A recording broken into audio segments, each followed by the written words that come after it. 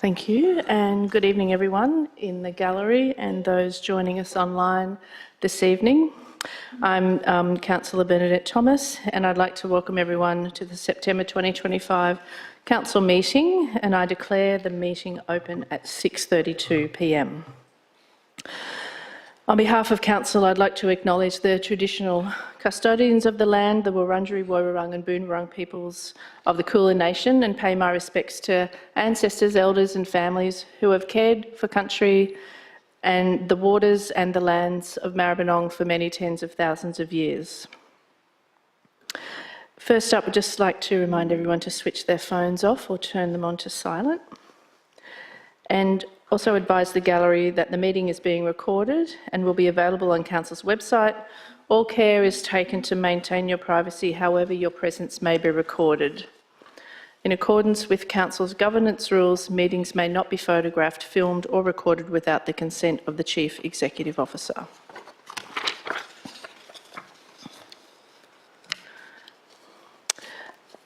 I advise that there are no apologies for tonight's meeting, I think. Is that correct? Yep, thanks. And councillors, are there any leave of absence requests tonight? Nope. Okay. And conflicts of interest in accordance with the Local Government Act 2020. Do any councillors have a conflict of interest in relation to any of the agenda items? Or any officers? I do have a conflict of interest, Deputy Mayor, just advising that I have an interest in item 13.1, Chief Executive Officer Annual Performance Review, and I will need to leave the meeting during that item. Great, thank you. So, suspension of standing orders tonight. I'm going to ask councillors if we can suspend standing orders to acknowledge the passing of Dao Akweng and Chol Achiek. So, a call for a councillor to move a motion to suspend standing orders to enable council to acknowledge the passing of these two children. Councillor Yengi, thank you. And councillors second the motion. Councillor Pereira. So now just put the motion to the vote, councillors. Please cast your votes.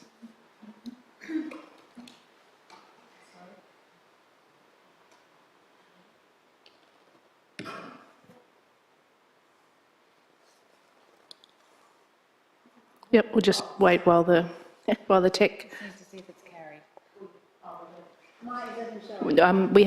It didn't come up on our screens to vote yet. We can do by a show of hands. All those in favour, councillors. Okay, that's carried. Thanks.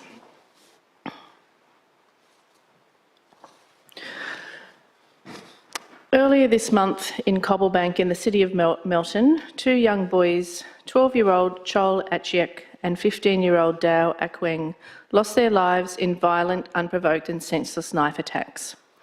On behalf of Maribyrnong City Council, I extend our deepest condolences to the families and loved ones of Chol and Dao.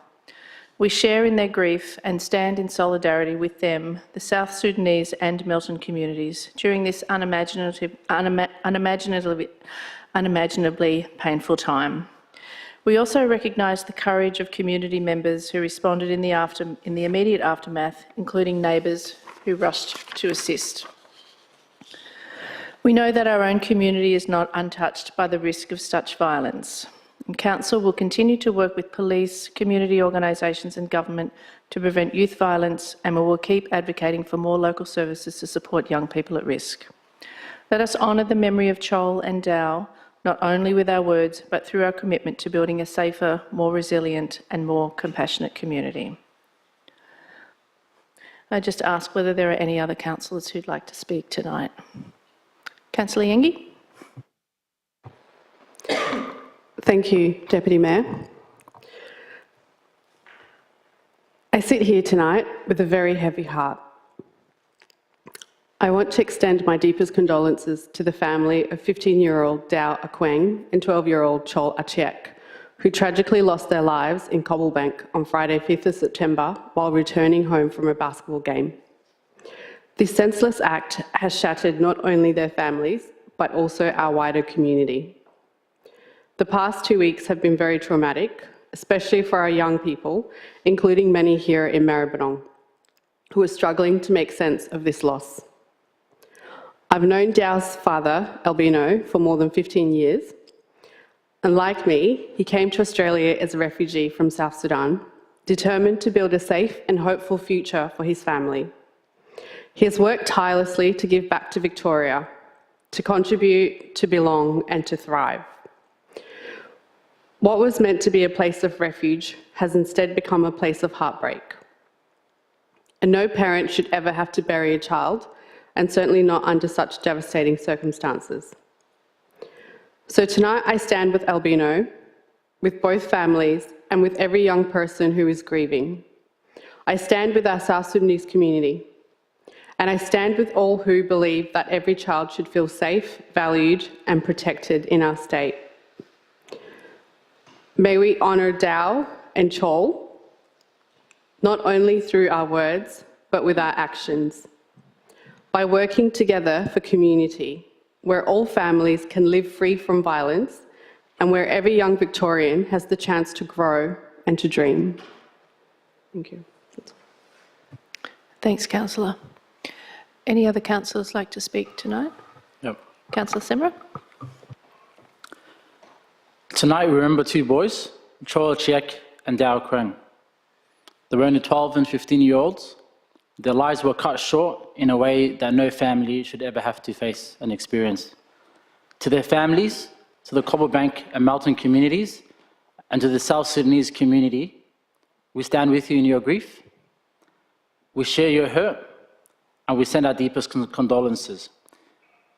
This tragedy has shaken not just one community, but all of Victoria, and reminds us that more needs to be done and must be done, not just in responding to violence, but in preventing it. We need stronger support, more opportunities, and safe pathways for our young people so that they can see themselves beyond this kind of harm.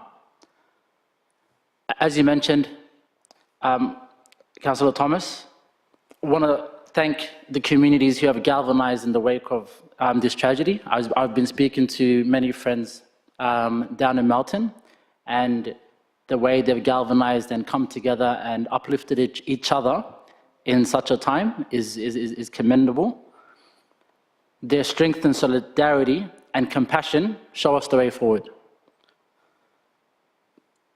To the families, your sons will not be forgotten. And to the young people listening, your lives matter, and we must do everything we can to keep you safe.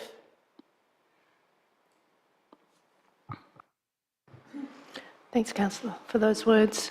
Would any other councillor like to say anything tonight? No? Okay. I'll just call on a councillor to move a motion to resume standing orders. Councillor Pereira, and a councillor to second that. Councillor Lamb, just put the motion to the vote. All those in favour? Oh, okay, sorry, we've reverted to manual. Sorry, Jess. That's unanimous, yep. So that motion's carried, thank you. So we'll now move on to public question time, which is managed in accordance with Council's governance rules, and members of the public can submit a maximum of 3 questions prior to the commencement of the meeting, and as chair, I decide who answers the questions. Public question time is limited to 15 minutes unless councillors consent to an extension. So we have 14 questions tonight, and the first is from Fadullah Yusuf, who asked the following question. Number 1, under the Environment Protection Act 2017 and the Environment Protection Regulations 2021, noise from construction in residential areas must not be unreasonable and Sunday works are generally prohibited. Could Council explain the legal and procedural basis for approving tower crane works on Sunday, the 10th of August 2025, following a similar approval on the 4th of May 2025 for the next DC M3 data centre development at 27 Indwee Street, West Footscray? And I'll ask the Director of Planning and Environment to respond. Thank you, Chair, and through you. The Maribyrnong City Council local laws specifically limits construction outside of the following work hours: 7 a.m. to 8 p.m. Monday to Friday, and 9 a.m. to 6 p.m. on Saturday, except in the case of emergency or unless permitted by council. On rare occasions, Maribyrnong City Council will allow works for safety reasons to ensure that the safety of workers and the nearby community. These situations are generally limited to crane works, which represent a higher safety risk and were applied in this instance. Thank you. The second question is, what assessments of potential noise and amenity impacts were undertaken by Council before granting approval for the Sunday Tower Crane Works at 27 Industry Street, West Footscray? Please include reference to any acoustic modelling, consultation with the Environment Protection Authority or community notification processes undertaken in compliance with the Environment Protection Act 2017.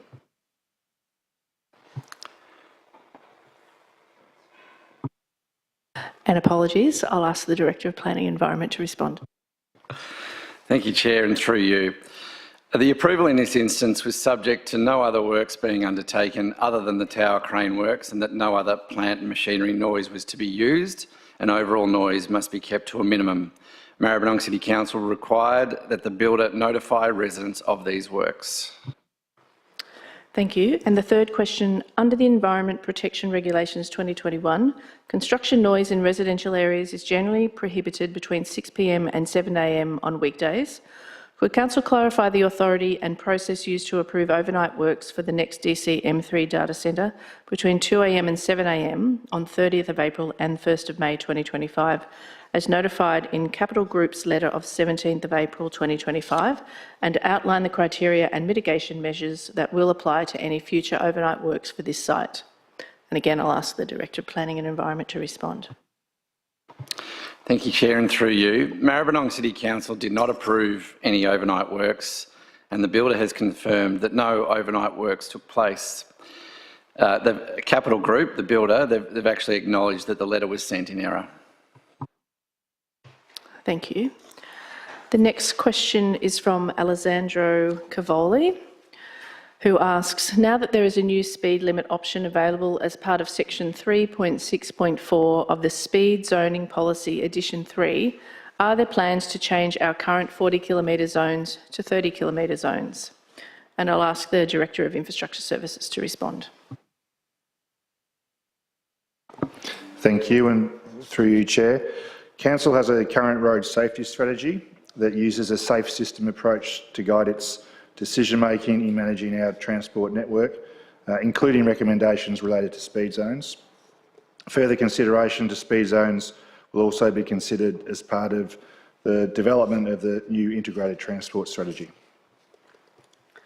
Thank you. The next question is from Schiffer Bluestein, who asks, did any Maribyrnong councillors attend the recent 2025 Australian Mayors Summit against Anti-Semitism hosted by the Combat Anti-Semitism Movement, and if so, which councillors? And I'll just ask the Director of Corporate Services to respond.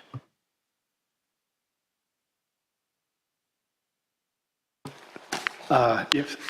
Thank you, Chair. No Maribyrnong councillors attended the 2025 Australian Local Government Against Anti-Semitism Conference. Thank you. The next few questions are from Ken Betts, and I'll just ask the CEO to read those out because they do name the Deputy Mayor and I don't want to name check myself. So, Thank you, Chair. The first question from Mr Betts is, I've observed security guards operating in the Footscray CBD following the motion carried at the last meeting. Can Council provide an update on how these patrols are working and share any feedback received from traders and the wider community? Would you like to answer that, Deputy Mayor, or I could also ask the Director of Planning and Environment? I think maybe if we ask the Director to respond to that one, that's okay. Thank you, Chair, and through you. The general anecdotal feedback on the patrols has been really positive. Traders generally report feeling more supported, and there have been no complaints or major incidents recorded, and community members are engaging constructively with our local laws officers. Thank you. Through you, Deputy Mayor, I'll go on to the second question from Mr Betts. Part of Councillor Thomas's motion on the security patrols required evaluation, reports and community consultation in addition to the patrols themselves. These elements come at a further cost to ratepayers. Can Council be transparent about what the total cost of these additions is, brought forth by Councillor Thomas, above the base cost of the security patrols? Would you like to answer that? No, we'll... I'll hand that to the Director of Planning and Environment, who's managed. Thank you, Chair, and through you. The evaluation and consultation requirements do form part of Council's resolution, and these are being delivered within our existing operational budgets. So no further cost there. So the intent is to ensure we properly evaluate the outcomes at the program's conclusion. Thank you. And through you, Chair, the third question is, has Council, and in particular the Deputy Mayor, who is currently acting Mayor, and I might just clarify that the Deputy Mayor is still referred to as the Deputy Mayor, but that is as the question read, formally requested additional Victoria Police patrols for the Footscray CBD? If not, why has this not been pursued, given the acknowledged increase in crime in Footscray? So perhaps I'll just respond and then I will also throw to the Director as well. But as it happens, I met with the acting inspector from Footscray station today, who indicated that the police have increased some of their foot patrols and they'll continue to do that when they can. But I'll throw to the Director to respond as well. Thank you, Chair, and through you. So Council has a really strong relationship with Victoria Police and with our local police officers. And Council staff liaise regularly with Victoria Police, almost on a day-to-day, certainly weekly basis. And the Deputy Mayor also regularly meets to discuss local policing and crime prevention initiatives to ensure a safer community for all. Thank you for that. And I will also ask the CEO to read out the next set of questions from Edward Merrifield. Thank you. Edward Merrifield has asked 3 questions, and the first question submitted by Edward Merrifield has been disallowed under clause 5.2.8 of Council's governance rules and will not be read out or responded to. The second question is, will you support the community's calls for an increased police presence in the mall rather than relying primarily on contracted security guards? And the first question that hasn't been read out did refer to Councillor Thomas. So, Deputy Mayor, would you like to respond? Yeah, just to say that I haven't received any calls for any increased police presence, and as I mentioned earlier, but the police have indicated that they're going to do additional foot patrols, and I would just ask the CEO whether she's aware of any requests for increased police patrols. Through you, Chair, no, I am not aware of any calls for increased police controls. The third question from Mr Merrifield is, Councillor Thomas, will you commit to writing to the Minister for Police or relevant authority to formally request more regular police patrols in the Footscray Mall to address community safety concerns? I feel like I'm sort of answering the same question. Yeah. Yes, after having met with the acting inspector today, he's indicated that that is actually happening. Thanks. Thank you, CEO. The next question is from Madeline Searle, who asks, Melbourne Water's Mitigation Solutions Study has completed phase 1 and about to begin phase 2. Would Council please outline current interactions with Melbourne Water on the study and its formal role or engagement? And I'll ask the Director of Planning and Environment to respond. Thank you, Chair, and through you. With the completion of the Lower Maribyrnong River flood model, Melbourne Water is now undertaking the Maribyrnong River Catchment Flood Mitigation Study. The core objective of this study is to investigate feasible long-term flood mitigation options that prioritise the safety and resilience of customers, community and stakeholders within the catchment. That's Melbourne Water's words. We've probably used community there as well, and have the greatest impact on reducing flood risk. The study will occur over the course of 4 stages, and that's commenced earlier this year and is proposed to end around mid-2026.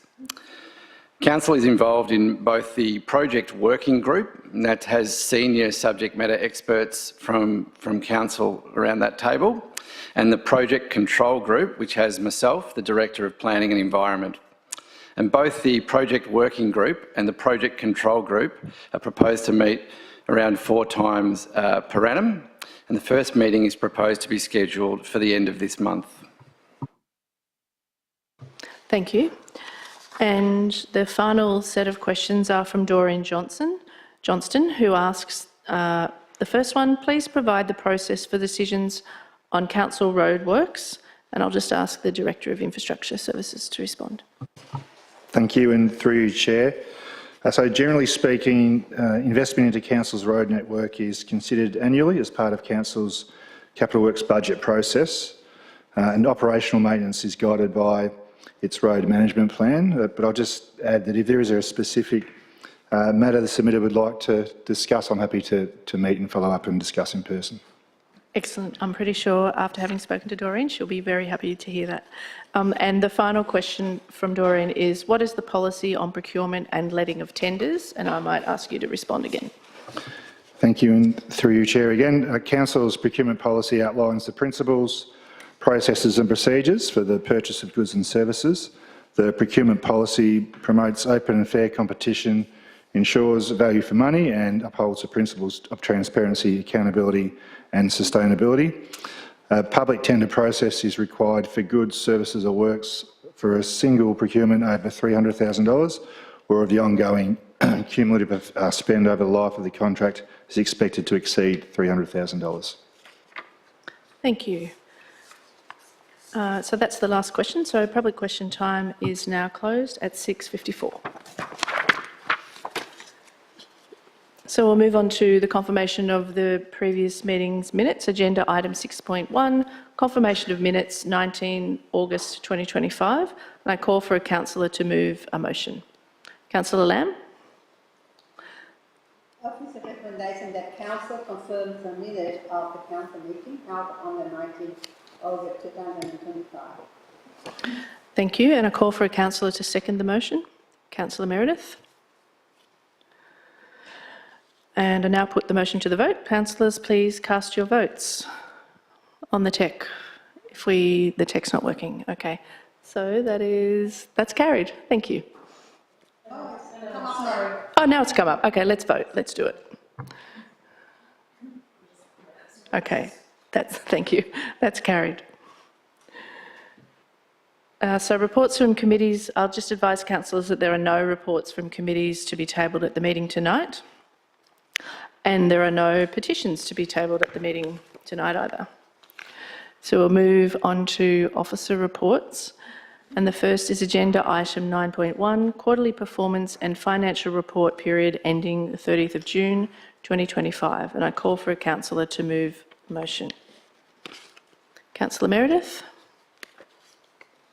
That council notes the quarterly performance and financial report shown at attachment 1 for the period ending 30th of June 2025. Thank you. I call for a councillor to second the motion. Councillor Semra. Are there any questions or points of clarification, councillors? Would the mover like to speak to the motion? Formally moved? Formally not moved. Moved. Yep, that's Formally it. moved. Thank you. I had a what? And I- Would the seconder like to speak to the motion? Formally seconded. Thank you. Would any other councillors like to speak to the motion? Okay, I now put the motion to the vote. So councillors, please cast your votes.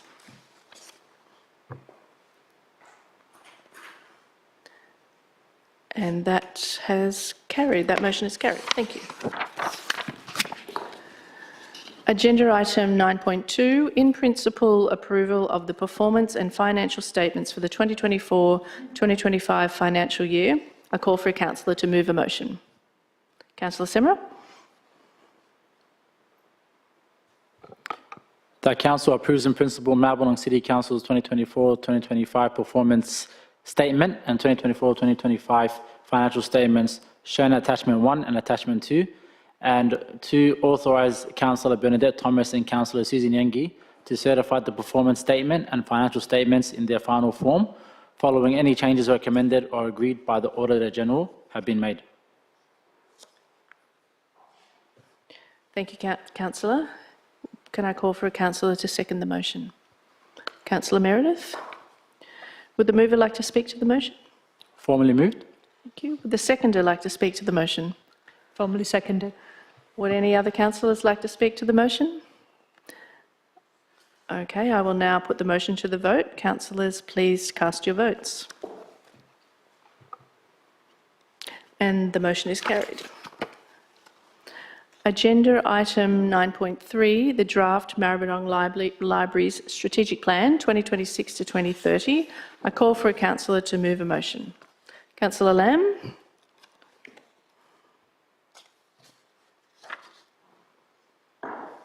Recommendation that council, number one, not the development. Sorry, councillor, can you pop your mic on? Thank you. Thank you. That council's number one, noted the developments of the draft Maribyrnong Library Strategic Plan 2026-2030, and number two, endorse the release of the draft Maribyrnong Library Strategic Plan 2026-2030, shown at attachment 1 for community and stakeholder engagement. Thanks, councillor. Can I call for a councillor to second the motion? Councillor Pereira. Would the mover like to speak to the motion? Yes, Madam Chair, just briefly. Firstly, I would like to congratulating, we have a new director, the new come to the section, Maria Waces, John with Maribyrnong Council to the team. And congratulations to Alex Messina, the manager from the library. She's working tirelessly to have that draft Maribyrnong Library Strategy planning for 2026 to 30. I mean, everybody loves library, and the library, not only just book, but people go to the library and enjoy social life and meet with friends and family together. So I think it's really important that we have that, and I have seen that and been there. It's a number of books, multicultural diversity, book in there, and provide that people, they can come and read their own language as well. So very pleased to see that. Thank you. Thanks, councillor. Would the seconder like to speak to the motion?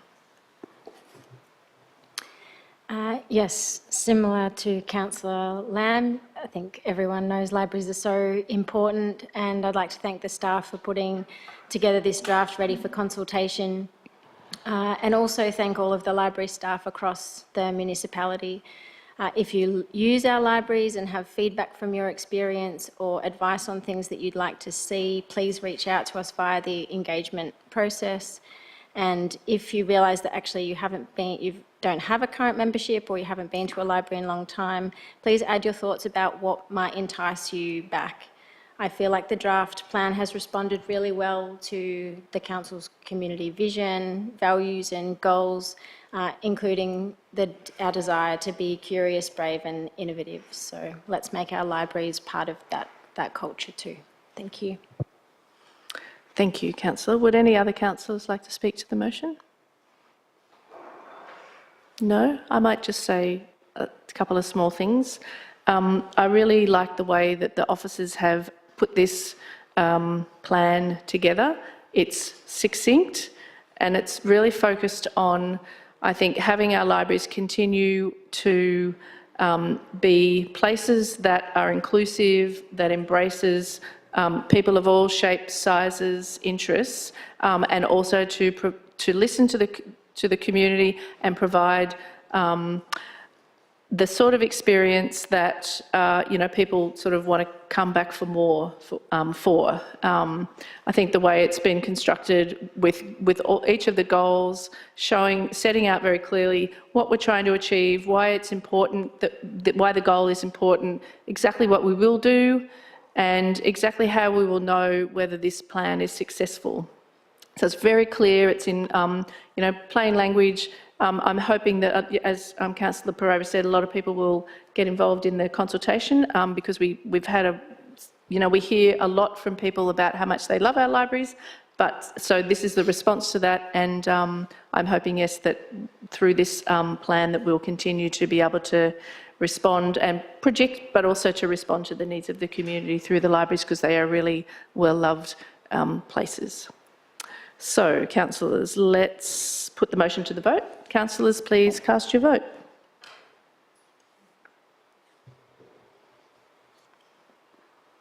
And the motion is carried. Thank you. Next is agenda item 9.4, the draft tree management policy and guidelines, and I call for a councillor to move the motion. Councillor Yengi.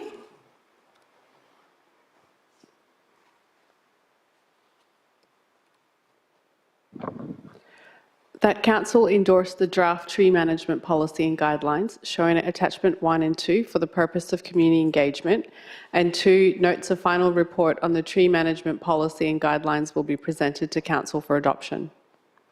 Thank you. Can I ask, call on a councillor to second the motion, please? Councillor Pereira?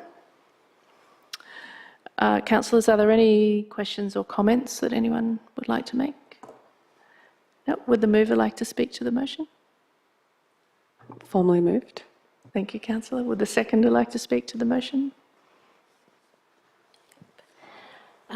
We've completed our previous 10-year strategy on street trees, and we currently have the nature strip plan that's just finished community consultation. The tree management policy and guidelines is another important document to help develop a clear direction to improve tree canopy and for it to be resilient in the face of a changing climate. Climate extremes and disasters require us to be extremely proactive in increasing the water holding capacity of our landscapes and mitigating urban heat island effect. It's great news. The great news is trees improve our health and mental health, have economic benefit, and street trees also reduce crime and encourage community sociability. So have your say and request a street tree from council if you don't currently have one, and email me if you can't find the link via the website. Excellent. Look out, you're looking out for all those emails after tonight. Would any other councillors like to speak to the motion? No, I might just add a couple of things. Again, I think this is a very well put together plan and the guidelines as well, and I thank the officers for the work that they've done. They very clearly sort of outline why trees are such vital community assets and that critical role they play across a whole lot of indicators, I guess, for health and well-being, but also for not just for people, but for environmental health and well-being as well. And this real focus on trying to keep trees in the urban environment, which in our urban environment is a bit of a challenge because we're in the Victorian volcanic plains, so our soils and our climate don't necessarily lend themselves to, you know, to a forested kind of environment like we see in the eastern suburbs. So our staff, our council officers do have a bit of a challenge. Sometimes it's challenging for the community as well, but what we do hear from the community is that they do love trees and they want council to continue to develop the urban forest and you know, to sort of mitigate some of those impacts of climate change which we're already feeling. So again, echo Councillor Pereira's sentiments of please let us know your thoughts via the consultation process. Yeah, and email Councillor Pereira if you'd like a street tree out the front of your house. Thank you. So I'll now put the motion to the vote. Councillors, please cast your vote.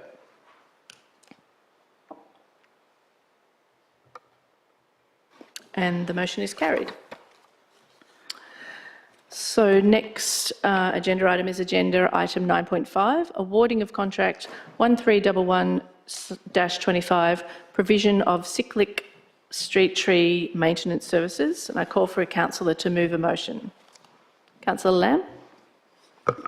Officer recommendation that Council number 1 resolve to award contract number 13511/25 provision of Cyclic street tree maintenance services to Aspect Tree Management Pty Ltd. Number 2, authorize the Chief Executive Officer to execute the contract number 1311/25 provision of cyclic strict tree maintenance services to Aspect 3 Management Pty Ltd. Number 3, note that the contract is based on the lump sum and schedule of rate contract for the estimated total spend of $10 million 087,693.31, excluding GST for a maximum 8-year term.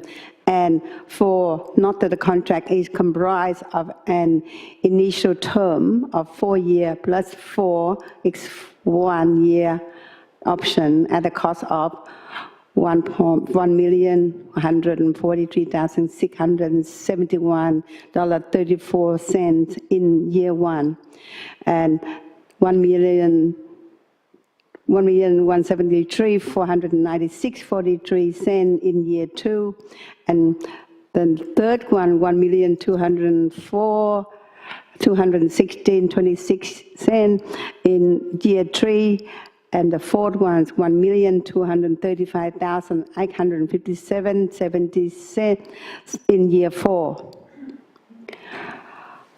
The fifth one is $1,273,680.93 in the year 5, option 1, and the sixth one is $1,312,665.03 in year 6, option 2.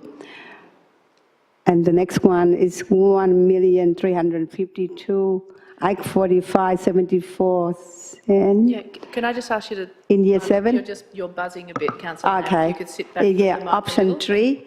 And the last one is $1,391,259.88 in year 8, option 4. Thank you. Okay, sorry. Thank you, Councillor. Could I ask Councillor to second the motion, please? Thank you, Councillor Semra. Would the mover like to speak to the motion? I just formally move. Sorry? Formally moved. Formally moved after that. It was a long one, yes. I don't blame you. Would the seconder like to speak to the motion? Formally seconded. Would any other councillors like to speak to the motion? Councillor Pereira? Yeah, my comments are for this one and sort of the next 3 items, just to say that we've had a substantive conversation about these contracts during briefing and we have oversight of the ongoing kind of scope and success of these operations. So don't hesitate to reach out to us if you feel like the services are below community expectations. That being said, the applicants were assessed against diverse criteria, including OH&S, fair pay, service delivery and price. Thanks, Councillor. That's good to reassure the community that we have good processes, solid processes, overseen by the CEO for calling for these contracts and assessing them and then bringing them recommendations to Council. So now put the motion to the vote. Councillors, please cast your votes. And that motion is carried. Move to agenda item 9.6, awarding of contract 1313-25 horticultural maintenance services, and I call for a councillor to move the motion. Councillor Yengi.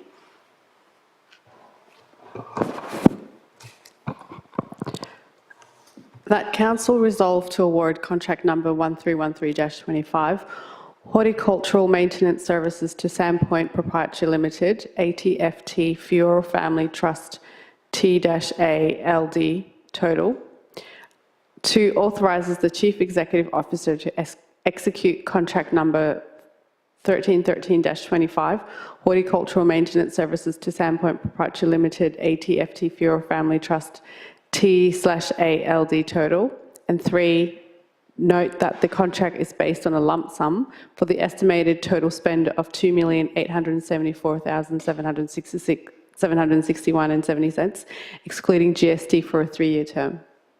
Thanks, Councillor. Would a councillor like to second the motion? Councillor Meredith? Would the mover like to speak to the motion? Formally moved. Thank you. Would the seconder like to speak to the motion? Formally seconded. Would any other councillors like to speak to the motion? Councillor Pereira, you've kind of already spoken for this one a little. Okay. Thanks, councillors. We'll now put the motion to the vote, so please cast your votes.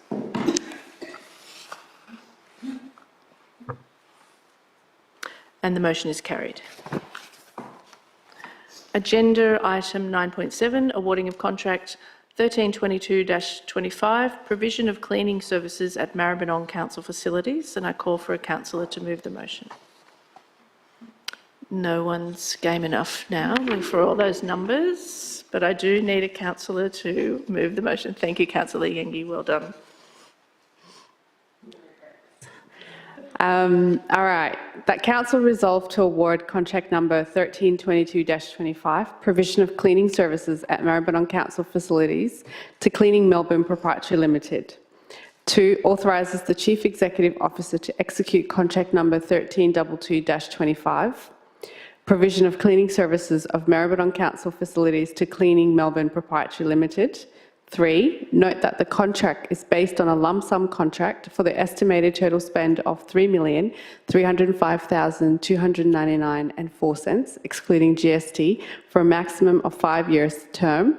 And note the contract is comprised of an initial term of 3 years plus 2 by 1 year options at a cost of $626,908.73 in year 1, $642,581.45 in year 2, $658,645.98 in year 3, $678,405.36 in year 4, option 1, $698,757.52 in year 5, option 2.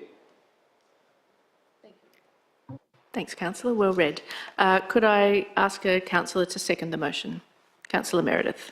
Would the mover like to speak to the motion? Only to echo what Councillor Pereira had mentioned earlier about the extensive conversations we've had regarding these contracts. Yeah, that's about it. Thank you. Would the seconder like to speak to the motion? Formally seconded. Thank you, councillor. Would any other councillors like to speak to the motion? Okay, I will now put the motion to the vote. Please cast your votes.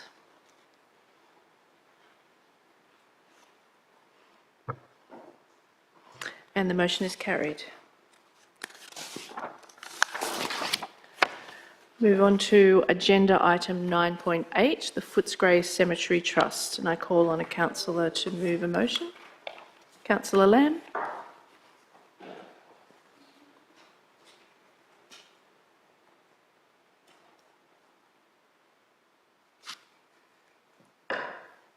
Page 275. Oh no, page 275, councillor.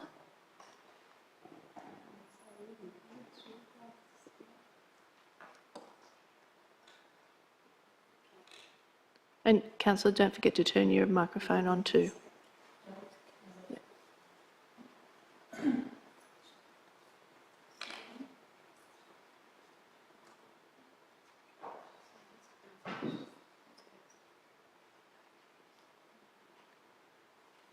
Page 275. Yep. Ready for you to move it. Yep.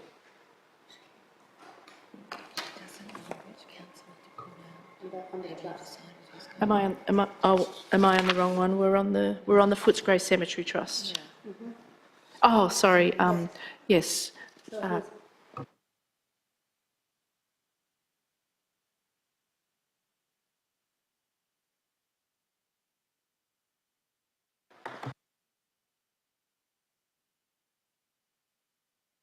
We might just adjourn for 2 minutes. Just sorry, apologies everyone. We have to nominate 2 councillors to authorise something under this report, and we are remiss. We haven't talked to councillors about which 2 councillors will do that. So we might just take a quick 2 minute break to sort that out, and then we'll come back.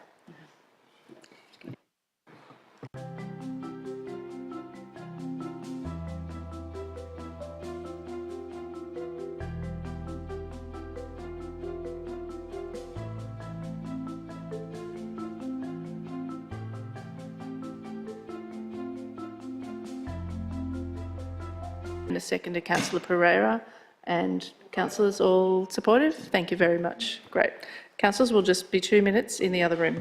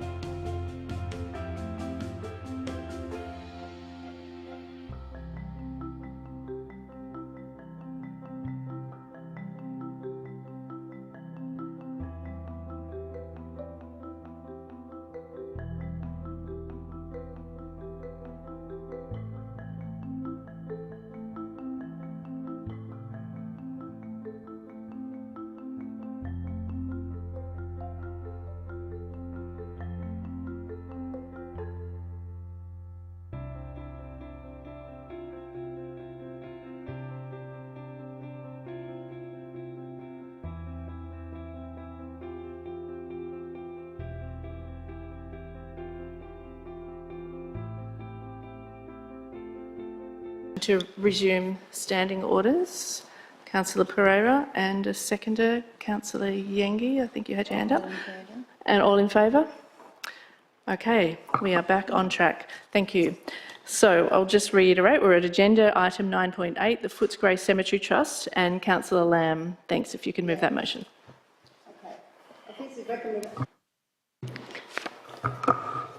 Office recommendation that Council, as a trustee for the Footscray Cemetery Trust, resolve to, number 1, endorse the abstract of account for the 2024-2025 financial year in accordance with the Cemetery and Crematoria Act 2003, as shown in Attachment 1, and authorize that the document to be executed by member of the Trust, Councillor Samantha Meredith and Councillor Elena Ferrari, and the Trust Secretary.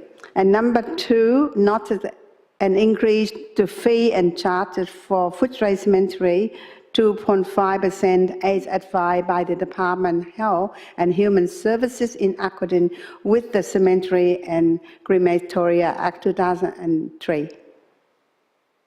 Thanks, Councillor Lamb. Can I ask a councillor to second the motion?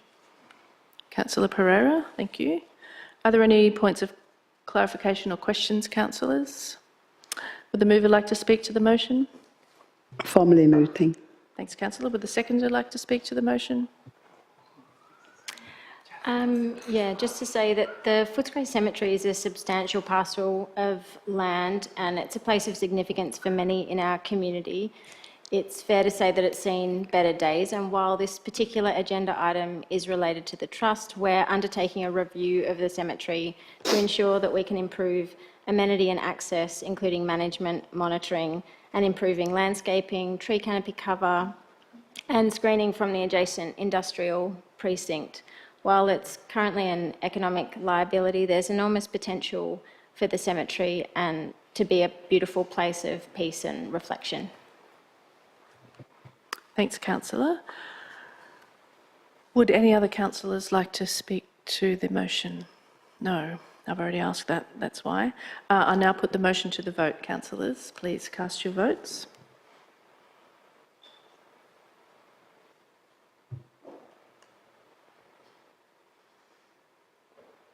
Councillor Lamb, are you right? Yeah. So it's not, oh, there it is. Great. Thanks, councillors. The motion is carried. Agenda item 9.9, the governance report, August 2025. A call for a councillor to move the motion. Thanks, Councillor Semra.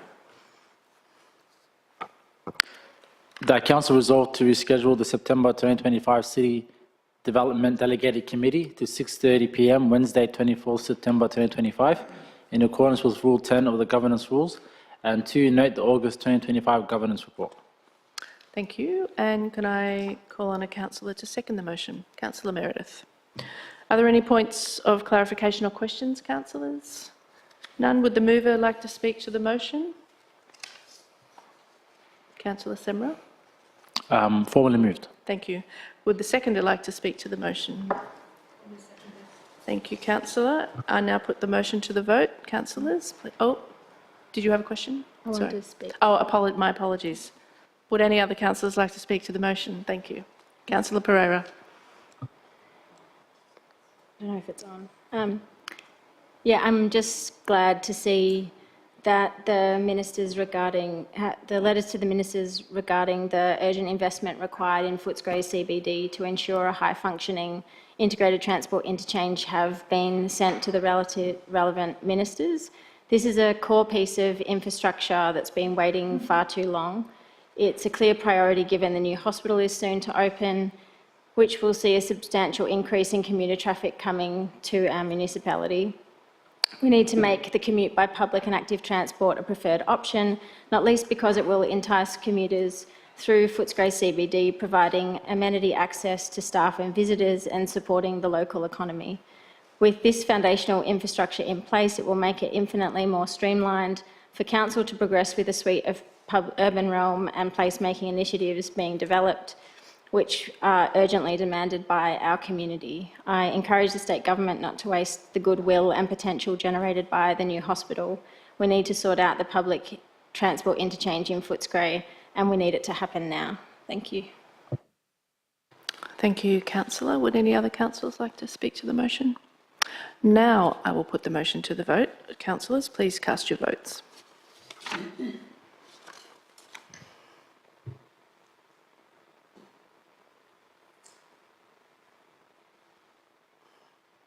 And the motion is carried. Thank you. We now move to notices of motion, and tonight we have 2 notices of motion. Agenda item 10.1, notice of motion 2025/08, road safety investment, new traffic signals at the intersection of Hampstead Road, Emu Road, Crefden Street, Maidstone, and I call for Councillor Susan Yungi to move a motion.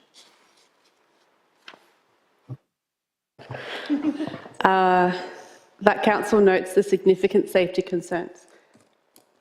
That council notes the significant safety concerns raised by the community regarding the intersection of Hampstead Road, Emu Road and Crefden Street in Maidstone, which has become increasingly hazardous due to high traffic volumes, speeding and the lack of controlled pedestrian crossing.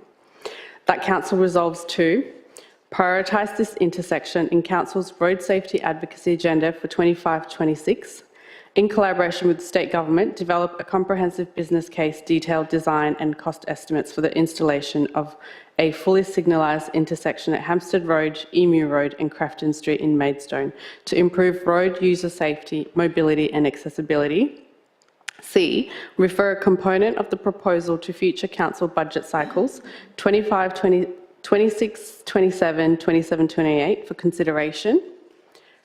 D, to ensure co-funding of this project, prepare a budget bid for the upcoming 26-27 state and federal budget and all government grant programs. E, further advocate to the state government for this project, requesting urgent action to ensure this important infrastructure upgrade is delivered and that key timelines are met to enable submission ahead of the upcoming 2026 Victorian state government election. F, receives a progress report within 6 months on advocacy outcomes, business case finalisation and funding opportunities identified. G, that council undertakes a review of other high-risk locations across our road network and develops a plan to address any safety concerns, including advocating to state and federal government. And officers should report back on their findings to councillors within 12 months. And H, writes to all local members of parliament, relevant state and federal ministers requesting urgent action and collaboration to ensure this important infrastructure upgrade is delivered without further delay. Thanks, councillor. I call for a councillor to second the motion. Councillor Lamb. Councillors, are there any questions or points of clarification? Yes, if I can have one. Councillor Semra. I just wanted to clarify the intention in terms of understanding it's a huge investment. This is clear that it is to be done in collaboration and co-funding with state government? I just wanted to confirm that aspect of it. Yes. Shall I respond to that? Yeah, Councillor Ying, you can go, and we might, Before I if we speak need to the to, we motion? can also ask the CEO or the Director to respond. Sure. Yes, absolutely. So Hampstead Road is a state-managed arterial road. So basically, it is a state-owned road, and therefore the expectation would be that the state government would fund we're seeking the state government to support implementation of the signalised traffic lights. Having said that, they will be working with council to ensure that it's implemented, so council will have a role to play in the delivery of that project. Yep. And so is C contingent on B? In the sense that is the referral to the component towards the council budget Yes. 2026-2027 is contingent on receiving that state support? Sure. As is, I guess, the usual process from what I understand, and the Director of Infrastructure can correct me here, but from what I understand, as is usual process, there will be potentially a requirement for council to contribute some funding towards the project. I think often, it may be a third or whatever is agreed to, but yeah, the state is expected to support majority of whatever is required to deliver the project, as it's their road. And just before we go on, thank you, Councillor, I might just ask the CEO, did you Thank you, respond Chair. to that Yes, too? just to clarify, and this is part of, this will be part of Council's advocacy for the budget. Currently, any project has to go in the budget, but this project will be around $10 million, and the expectation is that the state government would provide $8 million, and the remaining two are provided by council, but through a DCP, a developer contribution that already exists. So the expectation right now is that no ratepayer funds will go into this. The management of it would obviously be part of our operational work. Thanks, CEO. Did other councillors have, I just have one point of clarification. Is that answered your question, Councillor? Did any other councillors have questions? Councillor Lamb? Question to the CEO, that could be done? Yes, Councillor Lamb, that could be done. Thanks. It's an easy one. And I just wanted to confirm with the CEO that Part D is, I was going to say number D, but that's not wrong. Part 2D, around the budget bid, that is in process or has already happened, that council has provided that information to the state local member? Yes, through you, Chair. So we were required to provide budget bids to the local member last Friday, and that has happened. So this project has been submitted. Great, thank you. And I had one other question just on 2G, just around undertaking a review and whether that should also include a referral. Does that need a referral to the council budget cycles in the same way that 2C might? I'm just not sure of the quantum of the potential costs for that and whether we need to refer that to next year's budget too. Without seeing the scope, Deputy Mayor, it's hard to comment, but I understand from our Director Infrastructure that the work that we would be able to do would have to be within current budget, which is actually what NOM's notices of motion have to be. We can't you can't appropriate additional funds that aren't already in the budget. So the review would have to be done within existing resources. So it would be probably attached, I think, to the integrated transport strategy. Mr. Jess. Yeah. Okay, thank you for clarifying. And I guess if you found that it needed additional budget, then you would come back to council to... I would certainly come back to council if it required further budget. Great, thank you. Rightio. So would the mover like to speak to the motion? I would, thank you. Okay, give me a second. Right, thank you, Deputy Mayor. Councillors, I am pleased to present to you tonight this motion seeking urgent action, not only from us, but from state government. And I do hope that you'll support me with this. The intersection of Hampstead Road, Emu Road and Crefden Street in Maidstone has been repeatedly identified by local residents, local businesses and commuters as a critical road safety concern. It is a high-volume arterial road under state government control and services a growing residential community, childcare facility, local aged care facility, places of worship, commercial businesses and key community facilities with large numbers of pedestrians and cyclists crossing daily. The intersection currently has a give-way sign for some approaches, no traffic lights or major signalisation. Between January 2020 and December 2024, there were 45 crashes on Hampstead Road, with 17 of these directly situated at the intersection in question. 4 of these incidences involved pedestrians and 1 car was run off the road. Despite 2 community petitions and repeated concerns raised by residents over 10+ years, no investment has been made to date. Whilst I acknowledge our state member for Footscray, Katie Hall, has continued to support our advocacy efforts, more needs to be done. So I'm calling on the state government, through the Minister for Roads and Road Safety, to take immediate action by investing in our community and to work closely with Council to implement fully signalised traffic lights at this intersection before a fatality takes place. Every day that our families, school children and local residents have to take risks just to cross the road or turn safely at this intersection is a day too long. I want to end by sharing a statement from a local resident, Chun, who is a signatory to the recent community petition set up in July 2025. Chun says, "This is such a dangerous intersection. School children coming off buses, people walking home from childcare opposite to a neighbourhood of houses. And my son got hit by a car in that intersection recently too." We've heard too many of these stories of near misses and fatalities waiting to happen. It is not a matter of if, but a matter of when. Thank you. Thanks, Councillor. Would the seconder like to speak to the motion? Yes, briefly. The reason I support this motion, because I think the safety is very important to the community and to the pedestrians and everyone around in the community. And we do need support from the state government to make it happen. So I hope that will be successful in the near future. That's why I support the motion. Thank you. Thanks, Councillor. Would any other councillors like to speak to the motion?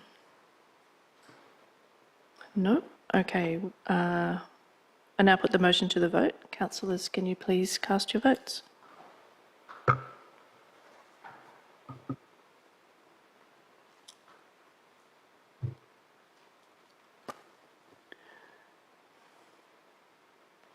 Councillor Meredith? Oh, yeah, you're there.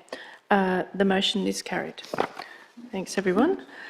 We now move on to the second notice of motion, agenda item 10.2, notice of motion 2025/09, road safety investment, new traffic signals at the intersection of Hopkins Street, Hallenstein Street and Moreland Road in Footscray. And I call on Councillor Samantha Meredith to move the motion. Thank you. That Council notes the significant safety concerns raised by the community regarding the intersection of Hopkins Street, Hallenstein Street and Moreland Road in Footscray, which has become increasingly hazardous due to increased residential apartments, high traffic volumes, speeding and the lack of controlled pedestrian crossing. Resolves to A, prioritise in Council's road advocacy agenda for 2025-2026. B, in collaboration with the state government, develop a comprehensive business case detailed design and cost estimates for the installation of a fully signalised intersection at Hopkins Street, Hallenstein Street and Moreland Road in Footscray to improve road user safety, mobility and accessibility.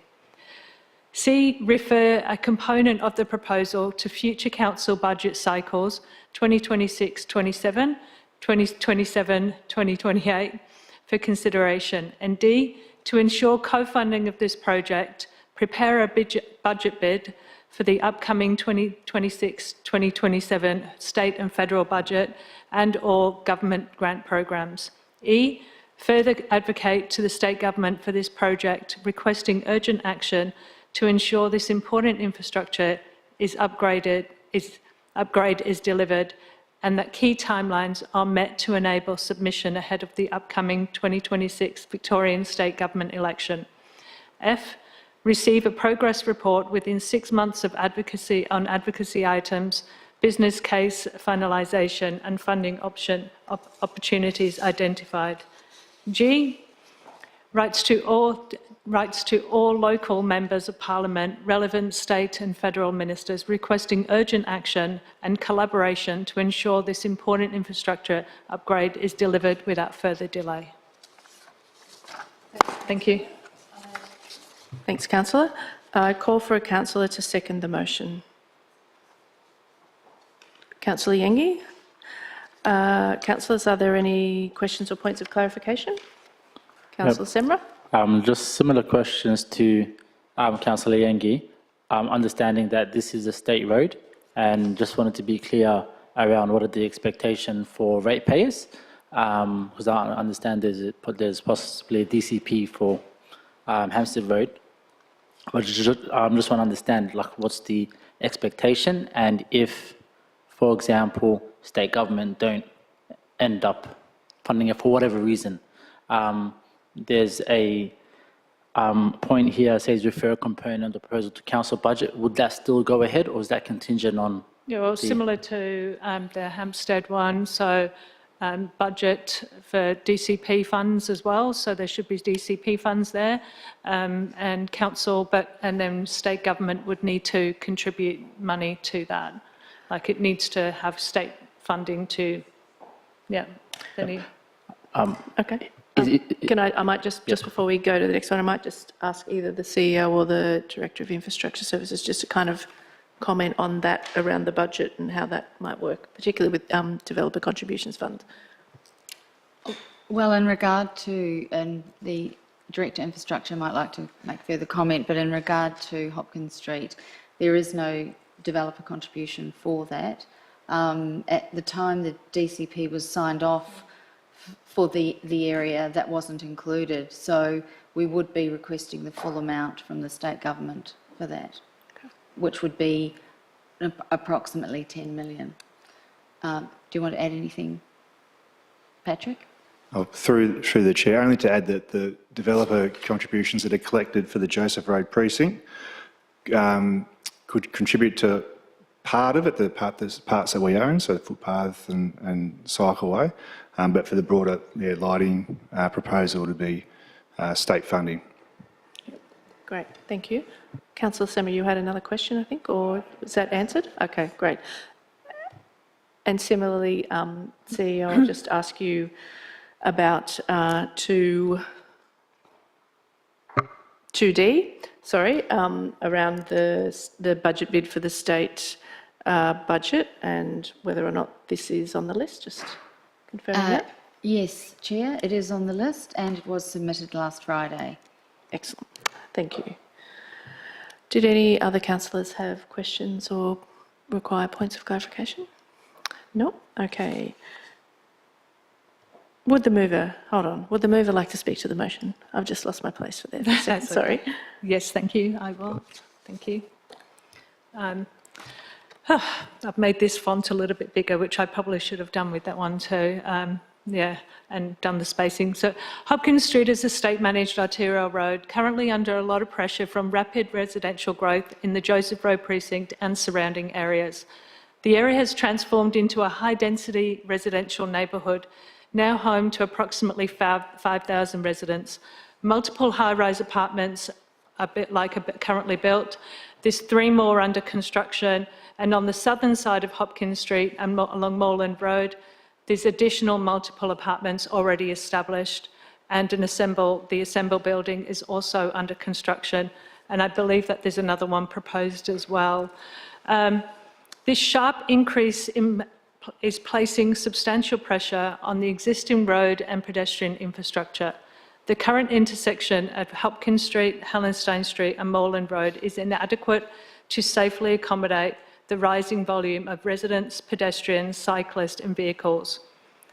Without the installation of a fully signalised intersection, public safety accessibility will continue to be compromised. The area is also expected to see significant increases of active transport use and public transport modes as well. The Joseph Road precinct was rezoned in 2010 with the approval from the Victorian Planning Minister, Matthew Guy. And documents that he had that were developed during that time had specifically mentioned having the intersection there with traffic lights and also upgrading numerous other ones in that area. So it's been highlighted for a very long time. The Joseph Road Precinct Developer Contributions Plan further details staging and sequencing of infrastructure projects, and traffic lights were mentioned then as well. Despite these being mentioned multiple times and it being suggested that it's really important because it's a significant safety risk, that intersections, 4 lanes, lots of traffic. It has been the site of lots of crashes and frequent near misses, including the tragic death of local resident Francis J.M. Ramirez on the 25th of November 2023. And I think, that was a big moment for the community, losing one of our community members, and we really do not want to lose another community member. And it's not a matter of if, it's a matter of when. There's a lot of near misses, and that signals that something is going to happen. There's a lot of people that are running across the road, and we know that, but that's what people do. There's a lot of buses, a lot of trucks, a lot of cars. The intersection is heavily used by pedestrians, cyclists, buses and vehicles, yet its current design does not support safe or efficient movement. Residents continue to report unsafe conditions, speeding, near misses, and there's a huge community concern in that area. There's a growing residential population, primary school, place of worship, lots of businesses, growing businesses as well. We've got more moving in. I believe there's a gym moving on the corner of Hopkins and Hallenstein as well, so that's going to bring in another influx of people, because there will be people coming from around the area coming into there as well. It's got popular bus routes, 216, 402, and although the speed limit was lowered to 40 kilometres, it's a well-known fact that motorists are travelling at 60 kilometres or more. The 40 is just not happening. Lots of speeding, trucks, buses and vehicles.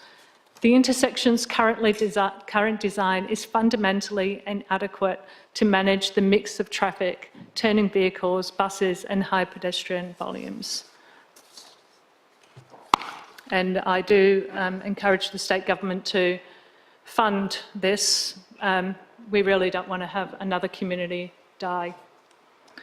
Thanks, Councillor. Thank you. Would the seconder like to speak to the motion? Formally seconded. Thank you. Would any other councillors like to speak to the motion? I now put the motion to the vote. Councillors, please cast your votes.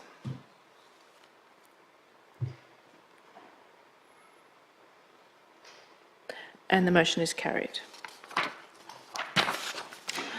We move on to councillor question time, and before I read out the rules, councillors, are there any questions tonight?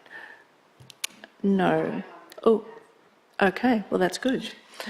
We're very efficient here at Maribyrnong. So councillor question time is closed at 7:47 after not really being open. We now move on to urgent business. And councillors, are there any items of urgent business? Doesn't look like it. No. So we will move on. And now we do have an item of confidential business to consider tonight. So I call on a councillor to move a motion to close the meeting to members of the public in accordance with section 66(5) of the Local Government Act 2020. Councillor Pereira. And yeah, if you can read that motion for us.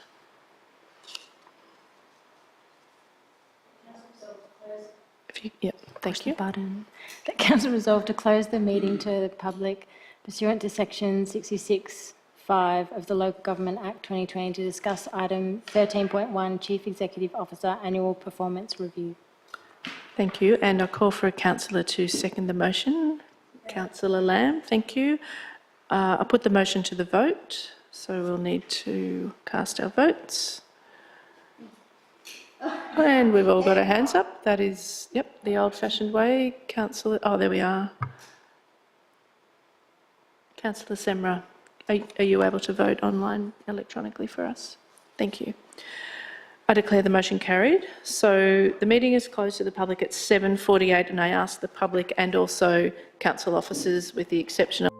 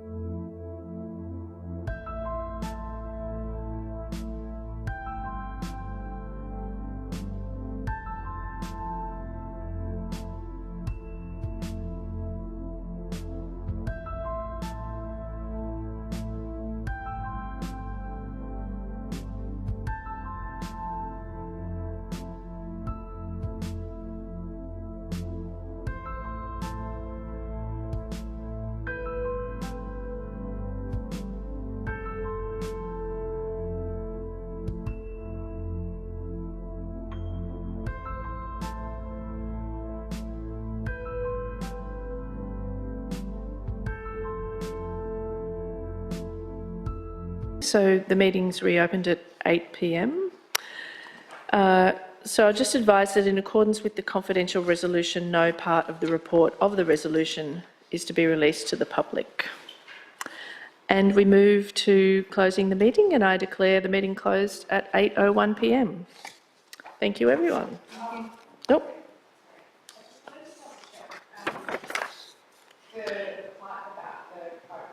Do you want to just... Sorry, where we had the mover. I think we've got the mover and the seconder the other way around. I'm not sure. Can you just go up a bit?